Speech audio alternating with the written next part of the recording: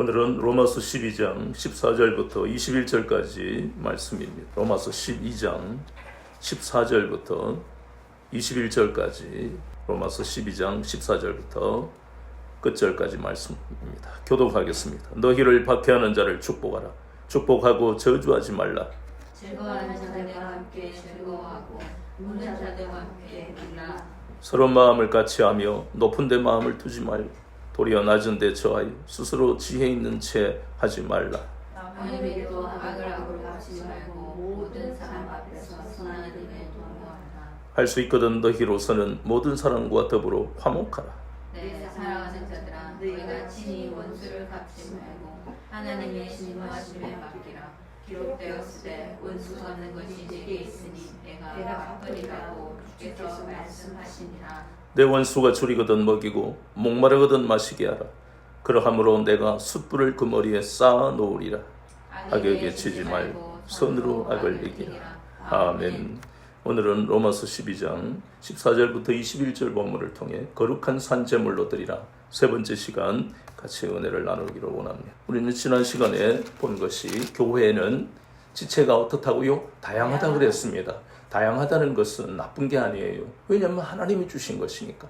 우리의 외모가 다 다르잖아요. 성격도 다르고 기질도 다릅니다. 성격과 기질에 좋고 나쁨은 없습니다. 하나님이 주신 특성입니다. 거기다가 재산 정도나 사회적 지위나 그리고 우리의 어떤 교양이나 학벌이나 또 인종까지도 우리는 다 다양한 이런 세상에서 살고 있습니다. 그런데 로마서 12장에서 말씀하는 것은 그것을 어떻게 하라고요? 인정하라는 것입니다. 참 얼마나 그 말씀이 우리에게 힘이 되고 위로가 되는지 모릅니다. 세상 인본주의에서는 그 사람이 가진 지위나 재산 정도, 학벌로 사람을 평가합니다. 또 그 사람의 성질이 조금 다혈질이면 사람들이 또 싫어하기도 합니다. 근데 그것이 아니라는 겁니다. 우리는 인본주의로서는 도무지 행복해질 수가 없는 것을 깨닫게 되는 것입니다. 그 다양성, 그런데 그 다양성에 끝나는 게 아닙니다. 이것은 모두 하나님이 주신 이 다양성, 지체의 다양성은 교회에서 연합하라고 주신 것임을 말씀하셨어요. 거기다가 하나님은 세상에서 줄 수 없는 하나님의 권능을 예수 그리스도를 믿는 자에게 구하기만 하면 주신다고 그랬어요. 그것을 우리는 은사라고 그랬습니다. 로마서와 고린도전서와 에베소서에서 얼마나 많은 은사를 우리를 위해 예비해 놓으셨는지 모릅니다. 그 은사도 다양합니다. 그래서 이 지체의 다양성과 은사의 다양성은 어디를 향해서? 예수 그리스도를 향해서 나아가야 되는 것입니다. 그것을 우리는 통일성이라 그럽니다. 교회의 주인은 오직 교회의 머리 대신 예수님 밖에는 주인이 될 수 없습니다. 그래서 그 머리를 향해서 나아가야지 내가 방언을 하는데 방언 안 하는 사람을 무시하고 내가 신유를 받았다고 은사가 없는 사람을 무시하고 교육 정도나 재산 정도나 지위나 학벌로 사람을 무시하면 그건 더 이상 교회가 아닙니다. 질서가 없는 것이고 부패할 수밖에 없습니다. 그래서 교회가 이렇게 다양성을 인정하는 것은 그래서 결국은 예수 그리스도를 향해 나아간다는 것은 우리로 하여금 이 교회가 혹은 가정 공동체가 결국은 뭐 하기를 원하시는 거예요? 거룩하기를 원하시는 겁니다. 우리는 과거의 육체와 마음이 원하는 대로 살던 죄성이 너무나 강한 인생들이었어요. 그래서 아직까지 우리가 예수관을 버리지 못하고 있잖아요. 육신으로 있는 한은 이것과 싸워야 됩니다. 그러나 하나님이 원하시는 신앙 공동체는 거룩해야 된다는 것입니다. 그러기 위해서는 내가 너보다 똑똑하고 나는 저 사람보다 못하고 하는 이런 마음은 모두가 잘못된, 그래서 그런 마음들은 죄악이라는 것을 로마서 12장을 통해서 천국 백성이 가져야 할 자세, 삶의 원리를 정확하게 우리에게 말씀하는 겁니다. 오늘은 또 그러한 다양성을 인정하는 것뿐만 아니라 지난 시간에 마지막에 우리가 보았던 것이, 그래서 그렇게 살려고 하니까 세상에서 여러 가지 환난을, 고난을 당한다 그랬습니다. 핍박을 당하는 것이, 어려움을 당하는 것입니다. 그래서 우리는 하나님이 우리에게 다른 사람을 용서하고 긍휼히 여기고 사랑하는 마음을 주시기 때문에 그걸 붙들고, 거기다가 우리가 해야 할 일은 뭐예요? 위로부터 이렇게 사랑이 내려오지만 우리가 할 가장 중요한 끊임없는 기도를 해야 되는 것입니다. 쉬지 않고 기도를 해야 되는 것이 우리의 마음을 지키는 것입니다.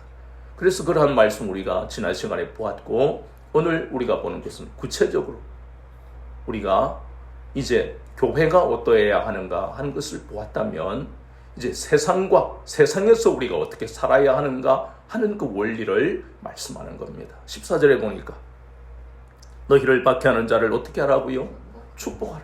저주하지 마라. 참 어렵습니다.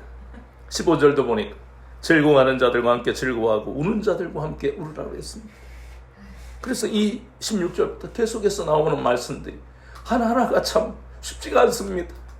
우리의 과거의 인본주의적인 지식으로는 아니 어떻게 말도 안 되는 말씀을 하시는 것 같은 그런 느낌이 드는 거예요. 그러면 14절 먼저 보니까 너희를 박해하는 자를 축복하라. 축복하고 저주하지 말라 그랬습니다. 이 말씀은 예수 그리스도를 믿으면 결국 뭐가 있다는 겁니까? 박해, 핍박이 있다는 것을 말씀하는 거예요. 시편 2편 1절 2절 말씀을 보면 이 세상 군왕, 관원, 여러 나라들은, 이스라엘 외의 모든 나라들은 하나님을 대적하고 그리고 여호와의 기름 부음 받은 자를 대적하게 되어 있다고 분명히 말씀합니다. 구약에서는 오실 예수님에 대한 것, 기름 부음 받은 자는, 그러나 오늘날 이것이 신약으로 보면 예수 그리스도로 말미암아 구원받은 그리스도인을 의미하는 거예요. 여호와의 기름 부음 받은 자는 우리를 말하는 겁니다.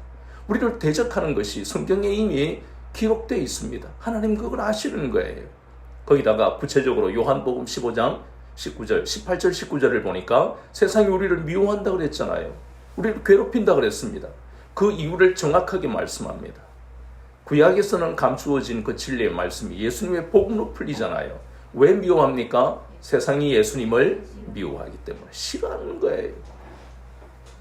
자, 그렇다면 우리가 핍박받는 그 이유를 이제 정확하게 알았습니다. 우리가 세상에 한없이 우리가 아부하고 열심히 사는데 날 괴롭히지 말라고, 나도 너희들 간섭 안 할 테니까 나는 열심히 법을 잘 지킬게 해서 우리가 행복해지는 게 아니라, 그렇게 한들 저렇게 한들 세상은 끊임없이 우리를 대적하고 괴롭히고 속이고 우리를 넘어뜨리려고 하는 것을 잊지 말아야 되는 것입니다. 자, 그런데 여기서 주님은 바울을 통해 그것보다 또 더 다른 차원으로 우리를 인도하시는데 축복하라 그랬습니다. 괴로움을 견디는 것만 해도 힘들어 죽겠는데 축복하라고 하시는 겁니다. 그러나 이렇게 할 수 있는 이유를 우리에게 말씀합니다. 그것이 바로 성경 속에 찾아보면 골로새서 3장 10절 말씀, 그리고 고린도후서 5장 17절, 하나님이 우리를 이것을 감당할 수 있는 뭐가 되게 하셨습니까? 새 사람이 되게 하셨습니다. 그러면 헌 사람도 있습니까? 아닙니다. 헌 사람은 없고요, 옛 사람은 있을 뿐입니다. 옛날 사고방식, 그 말은 인본주의에 찌들려 있던 그것이, 그 사람의 모습으로는 이 성경 말씀을 감당하지를 못합니다. 그러나 하나님은 우리를 아름답게 빚으셨고 새롭게 빚으셨어. 거기다가 능력까지 주셔서 이렇게 다른 사람을 축복할 수 있다는 것입니다. 하나님이 이것을 하게 하시는 겁니다.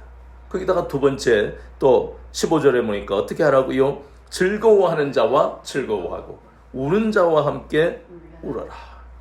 근데 이건 첫 번째보다 좀 쉬워 보이는 것 같지만, 우리가 예를 들어서 입시가 가까워오고 합격자 발표가 되면 교회 공동체 내에서도 같이 즐거워하지를 못해요. 아이고 집사님 축하합니다 하는데 속은 쓰리고, 내 자식은 지금 삼수를 해야 되고, 예수님을 믿고 가는 우리를 향해서 이 말씀을 하는 거지. 세상 사람은 시기 질투는 당연한데 우리는 새 사람이 되었다고 생각하는데 어떻게 마음에서 전심으로 온전한 마음으로 저 사람을 왜 축복하지 못할까? 그것이 바로 두 번째는 간단한 것 같은데 그게 아니라는 거예요. 즐거워하는 자와 같이 즐거워해야 됩니다.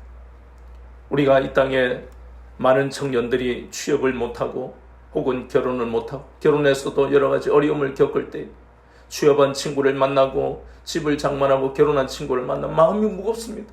아이고 축하한다, 아이고 너는 어떻게 이렇게 복이 많아, 하지만 마음은 쓰리는 거예요. 전심으로 온전한 마음으로 축하를 못 해주는 것은 우리가 그만큼 세상의 공격을 받고 세상의 가치 기준이라는 인본주의 때문에 무거운 짐이 되어버리는 것입니다. 그러나 하나님은 우리에게 지금 요구하시는 거예요. 그렇게 살 수도 있으니까 이렇게 한번 살아볼래가 아니고, 하나님은 지금 성경은 모든 말씀이 뭐예요? 명령입니다. 명령. 이렇게 살지 않으면 그 사람들과 관계없이 우리가 하나님 앞에 책망을 받는다는 것입니다. 거기다가 더해서 우는 자와 함께 울으라고 했습니다. 즐거워하는 자와 함께 같이 기뻐하기도 힘든데 이번에는 울어라 그러니, 그것은 바로 우리가 잘 아는 누가복음 10장 30절에 보면 선한 사마리아인의 비유가 나오는데, 그 앞에 지나간 사람은 다 오늘날로 따지면 교회 다니는 사람입니다. 레위인도 있어요. 그러나 오늘날로 따지면 교회 안 다니는 이방인인 개, 돼지 취급을 받았던 사마리아인이 그 상처 입은 강도 만난 사람을 돕습니다. 거기서 끝납니까? 여관에 데리고 가고 여관 주인에게 돈을 주면서 모자라면 나중에 와서 주겠다고. 이런 게 바로 완벽한 예수님의 사랑 아닙니까? 그걸 실천해야 될 사람들은 지나가 버립니다. 오늘날도 교회가 그렇잖아요. 교회든 어느 시대든 간에 타락하면요, 그냥 지나가 버리는 거예요. 그래서 우는 자와 함께 울라. 강도 만난 이웃을 위해서 우리가 마음을 쓰고 긍휼한 마음으로 행동을 해야 하는 것을 지금 말씀하고 있다는 것입니다. 그것이 우리가 할 일입니다. 우리가 사랑을 받았잖아요. 갚을 수 없는 주님의 사랑을 우리가 받았잖아요. 그런데 왜 이기적인 마음이 됩니까? 그건 회개해야 되는 것이에요. 그래서 철저하게 우리 삶의 이러한 기준들을 하나하나 구체적으로, 너희들은 은혜 가운데 살아라. 너무 막연하잖아요. 거룩한 산 제물 드리는 삶을 살아라. 막연하잖아요. 그런데 이렇게 실천 원리를, 또 우리의 자세를 구체적으로 우리에게 가르쳐주고 계시는 겁니다. 세 번째는 16절에 보니까 서로 마음을 같이하며 높은 데 마음을 두지 말고 도리어 낮은 데 처하며 스스로 지혜 있는 채 하지 말라. 한마디로 이게 뭡니까? 겸손이지요. 겸손하라는 겁니다. 우리는 겸손하면 사회생활을 못한다 하는 인본주의 속에서 자라왔어요. 겸손하면 무시당한다. 그 인본주의잖아요. 과연 그런 경험을 다 우리가 하고 있잖아요. 겸손해서는 그것은 바보고, 겸손해서는 사람들에게 인정받지 못한다. 그러나 성경은 그렇게 말씀하고 있지 않습니다. 우리가 겸손할 수 있는 것은 우리 뒤에 우리 주님이 계시기 때문에, 세상의 어떤 백보다 우리 주 예수 그리스도의 백은요, 세상이 감당하지 못하는 거예요. 그래서 우리는 겸손할 수 있다는 겁니다. 우리가 한없이 겸손하고, 주님 나는 못합니다. 주님 나를 도와주세요. 내 힘으로는 할 수 없습니다. 주님이 나에게 은혜를 주세요. 끊임없이 우리가 겸손하게 하나님 앞에 길을 걷더라도, 운전할 때라도, 버스 안에 타서도, 지하철 속에서도, 주님 내가 오늘 가는 곳에는 나보다 훨씬 나은 사람들이 나를 억누를 텐데 나는 그들과 싸우지 않고도 이길 수 있도록 주님이 나를 도와주세요. 주님의 도우심이 필요합니다. 이것이 바로 겸손입니다.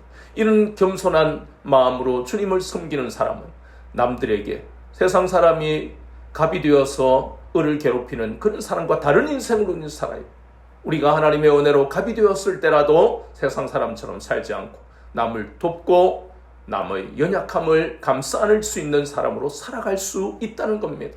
세상 사람은 물질과 권력이 없어서, 그래 내가 권력을 가지기만 해봐, 내가 물질을 가지기만 해봐, 난 복수할 테야, 그러고 살아가잖아요. 악을 품고 도끼를 품고 살아가잖아요. 왜냐하면 가난이 너무 싫으니까. 내 부모의 가난이 너무 싫어.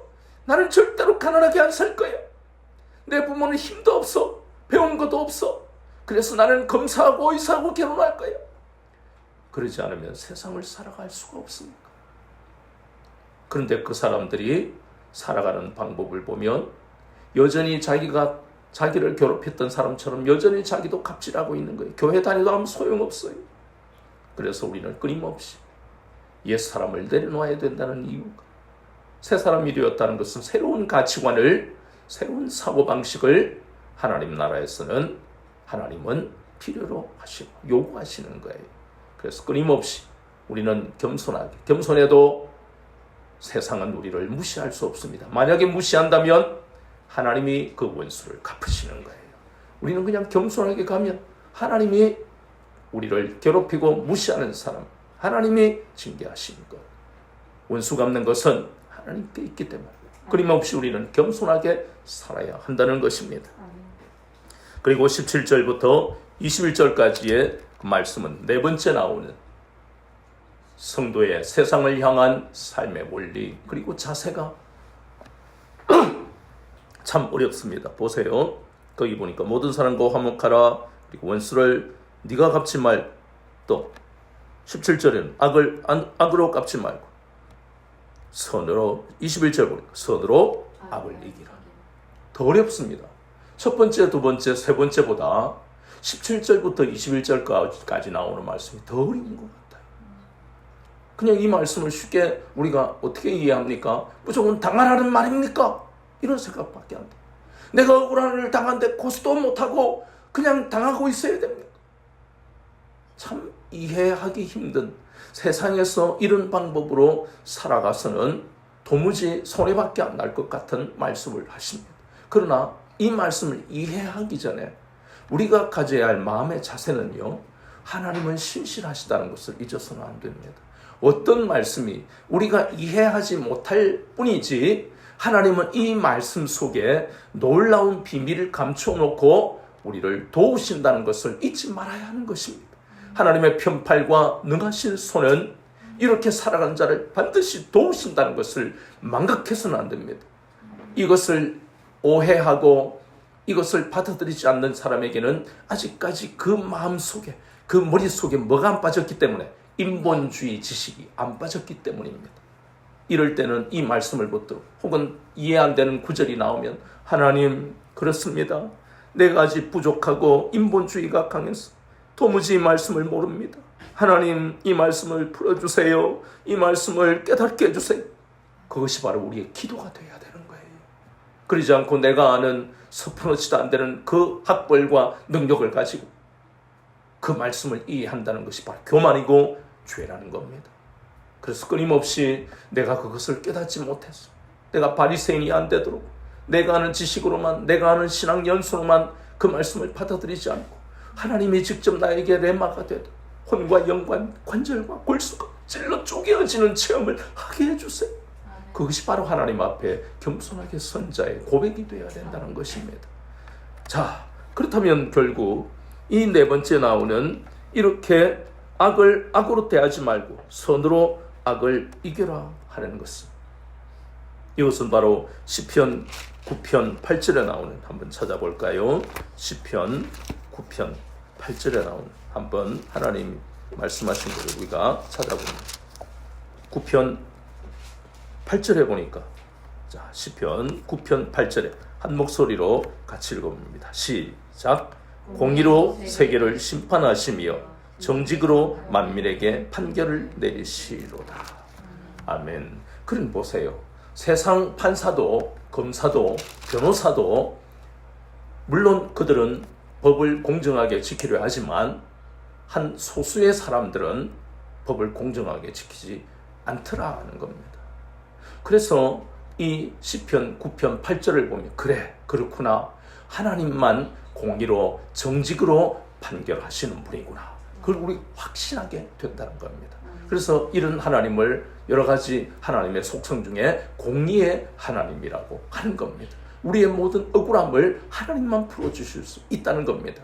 그럼 우리가 재판장 앞에 우리가 섰을 때 우리는 이 기도와 이 말씀을 붙들고 만약에 재판을 하게 된다면 그렇게 나가야 되는 것입니다. 기도하면서 하나님, 저 판사의 마음을 붙들어 주셔서 하나님만이 공의와 정직으로 바른 판단을 하실 수 있음을 깨닫게 해주세요.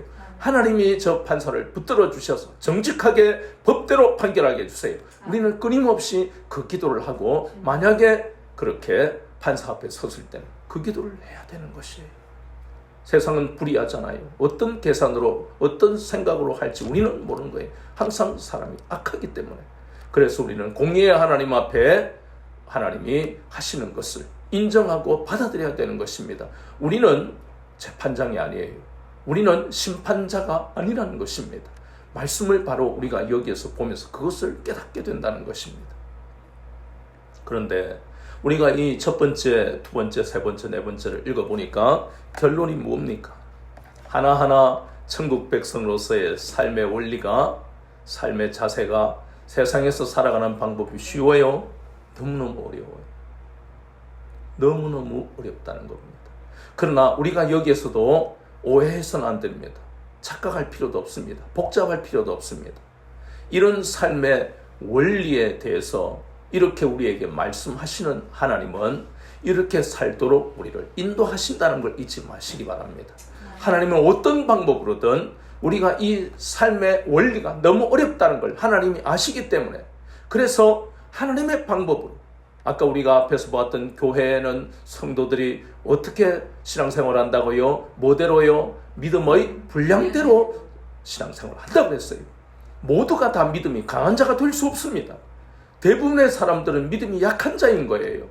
그런데도 불구하고 하나님은 그들을 정죄하거나 그들을 판단하시 아니하고 믿음을 가졌느냐 안 가졌느냐만 보시는 거예요. 그렇다면 그렇게 연약한 자가 세상에 살아갈지라도 하나님은 믿음이 연약하다고 책망하시는 것이 아니라 그가 자라기까지 하나님은 끊임없이 사랑을 베푸시고 그리고 이러한 삶의 원리를 실천하며 살아가도록 도우신다는 겁니다. 그것이 그 도우시는 방법이 뭐예요? 말씀이다.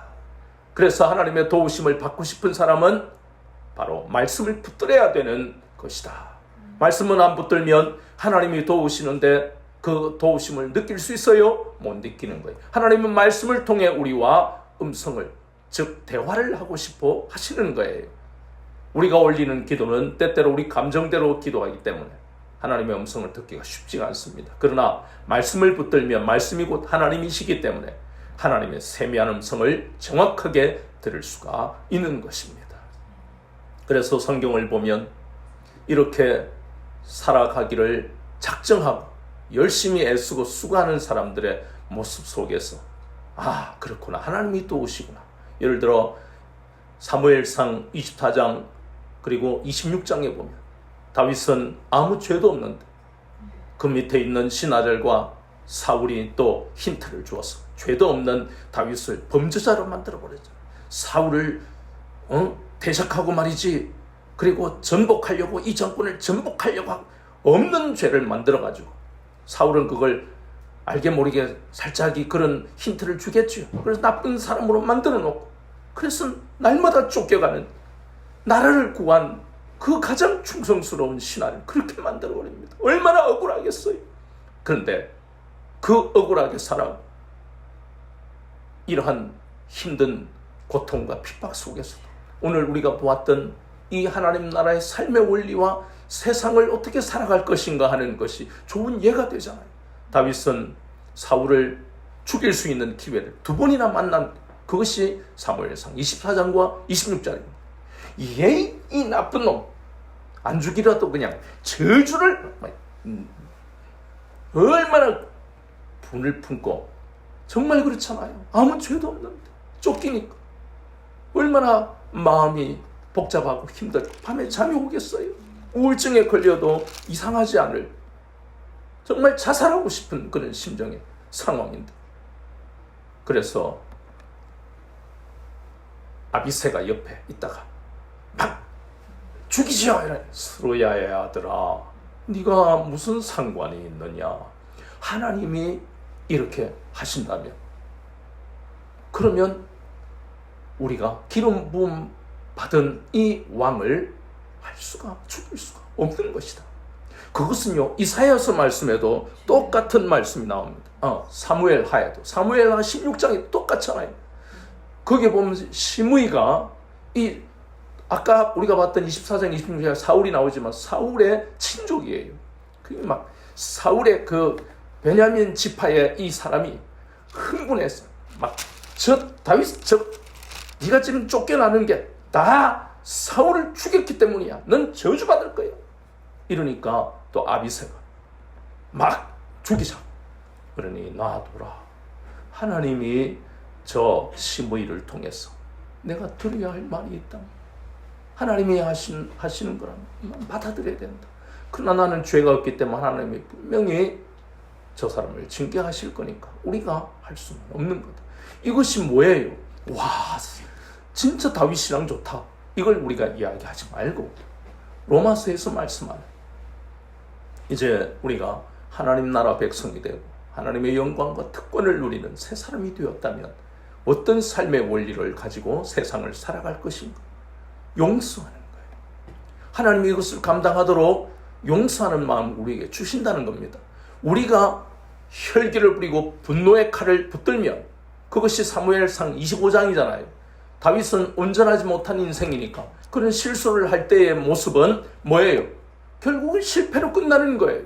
그러나 24장과 26장을 보면 자기 자신을 이겨내고 잠언 4장 23절에 무릇 지킬 만한 것보다 더욱 내 마음을 지켜 생명의 근원이 이에서 남이니라. 이러면서 자기 마음을 확 잡았을 때는 하나님이 다윗의 마음을 붙드시고 그에게 긍휼한 마음을 베풀게 하시잖아요.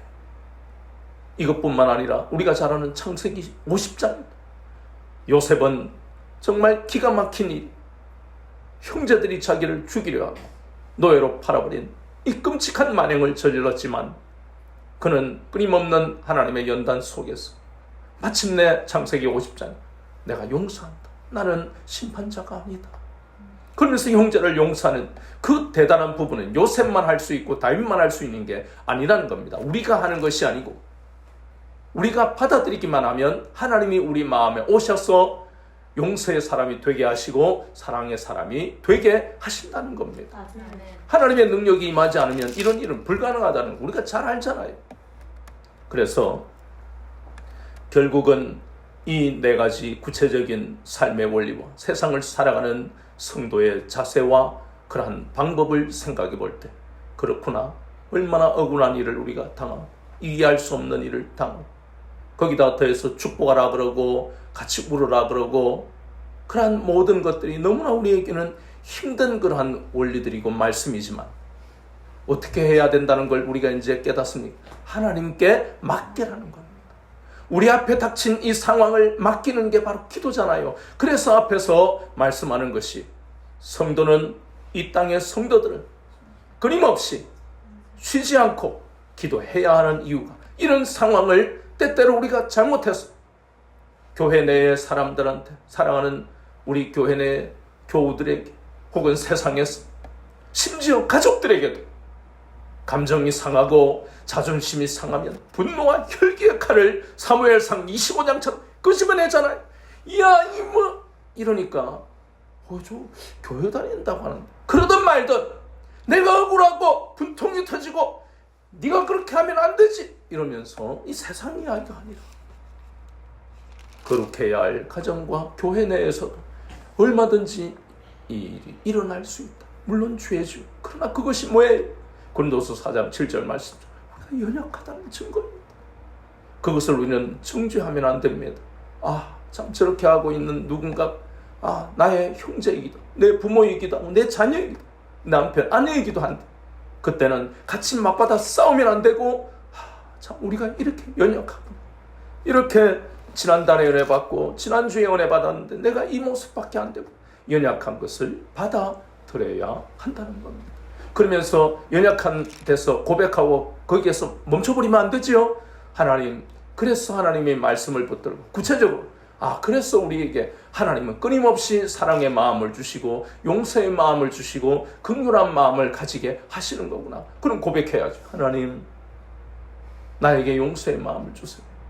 내 앞에 있는 누구누구가 나에게 너무너무 힘들게 하고 고통스럽게 했어. 그래서 분노가 일어나는 겁니다. 그래서 혈기를 뿌렸습니다. 그러나 그게 아닌 줄 알죠. 하나님 용서하게 해주세요. 사랑의 마음을 주세요. 우리가 그러한 고백을 해야 되는 이유가 바로 여기에요.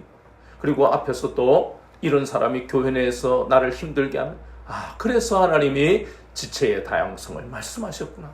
나하고 성격이 안 맞으니 말할 때마다 부딪히는 거구나. 그래서 다양하다는 것을 인정하라고 말씀하신 거구나. 그래서 나에게 이 교회를 연합하도록 은사를, 또 이런 은사를 또 주셨고, 저 사람에게는 저런 은사를 주셨고, 이러한 지체의 다양성, 은사의 다양성, 그리고 사랑과 끊임없는 기도가 왜 필요한가? 이렇게 세상에서 교회 내에서 그리스도인으로 성도로서의 삶의 원리와 자세를 가지고 살아가기가 쉽지 않기 때문에, 그래서 하나님 앞에 끊임없이 사랑을 공급받고 하나님 앞에 끊임없이 기도해야만, 그래야만 거룩한 산제물로 드리는 삶을 드릴 수가 있는 거예요. 모든 것은 하나님 앞에 공급받지만, 그러나 우리가 할 일은 바로 기도라는 겁니다. 끊임없이 우리가 기도해야 할 이유가 이것입니다. 삶의 자리에서 만나는 일마다 이 원리를 적용하려니 하나도 제대로 되는 게 없죠. 축복도 안 되고, 우는 자와 함께 울지도 못하고 겸손하지도 않고, 그리고 선으로 악을 이기기도 힘들어요. 그러니 끊임없이 하나님, 나는 부족합니다. 나는 연약합니다. 하나님, 나에게 저 사람을 용서하는 마음을 주세요. 하나님이 억울함을 풀어주실 것 믿고 선으로 악을 이기게 해주세요. 끊임없이 기도해야 되는 거예요. 출애굽기 30장 7절 8절에 어떻게 기도하라고 그랬습니까? 번제단에 불을 가지고 분향단에 그 불을 피우고 향을 피우는 거예요. 번제단에 불이 아니면 안 된다고 그랬어요. 불이 뭔데요? 예레미야서 23장 29절에 보니까 불이 바로 하나님의 말씀이라고 그랬어요. 불 같다 그랬잖아요. 그래서 하나님의 말씀으로 기도해야 돼요. 그냥 기도해서는 안 됩니다. 제사장은 아침 저녁으로 분향단에 향을 피운다 그랬어요. 기도는 절대로 쉬어서는 안 된다는 겁니다. 우리가 너무너무 세상 방법으로 살 것 같으면 기도할 필요가 없잖아요. 그러나 우리는 세상 방법으로 살 수 없는 하나님의 자녀가 되어 막연한 것이 아니라, 이제 이 로마서 12장부터는 끊임없이 교회에서, 그리고 세상에서, 가정에서 어떻게 살아갈 것인가, 성도의 자세, 삶의 원리를 말씀하잖아요. 그걸 지키기가 너무 힘드니까 기도밖에는 방법이 없어요. 기도하면 그런 삶의 원리를 우리는 지키고 살아갈 수 있고, 그때마다 그것이 삶에서 적용되는 걸 보고 우리는 감격이 되는 거예요. 와, 내가 저 갑을 이겨내다니, 저 억울하고 싸우고 싶은데도 하나님 앞에 선으로 악을 이기게 하시는 것을 믿고 했더니 세상에 하나님이 나에게 복을 주시는 거 봐. 이걸 끊임없이 체험할 수 있게 되는 것입니다. 아멘. 체험이 쌓이면 쌓일수록 우리는 능력 있는 성도가 되는 것이에요. 아멘. 하나님은 신실하신 분이라 한 번 약속하신 것은 반드시 성취하시는 분입니다. 너무너무 이 말씀이 삶의 원리가 힘들지만 하나님은 그것을 체험하게 하십니다. 아, 이것이 아버지의 마음이구나. 내가 연약한 줄 알시면서도 이것을 삶에 적용하며 살아갈 때까지 나를 도우시구나. 아, 저절 먹는 자리에서 내가 빨리 단단한 음식을 먹는 그런 장성한 자가 되게 하시는 그 하나님의 뜻을 이제야 깨달았다. 그런데 하나님은 서두르지 않구나. 나는 자녀를 키울 때 그것도 못하냐? 좀 잘해라! 이러면서 다그치는데 하나님 우리를 다그치시지 않나요? 장성한 자가 되도록 기다려주시고 또 얘야, 네가 할 수 있을 테니까 용기를 내어. 얼마나 부드럽게 우리에게 말씀한, 우리는 이러잖아요.